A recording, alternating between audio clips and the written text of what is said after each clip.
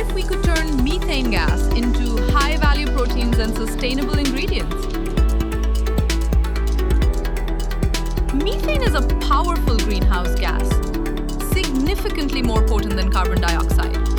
It contributes heavily to global warming, and current solutions struggle to mitigate it effectively. StringBio uses synthetic biology and fermentation to convert methane into useful bio-based products. Its proprietary platform, SIMP, enables the production of sustainable proteins, agricultural inputs, and ingredients for personal care, all without the need for agricultural land or large water resources. The company has scaled from lab to commercial production with use cases in agriculture, aquaculture, and circular manufacturing. It offers a real solution to emissions while creating a value chain for CleanTech and food security.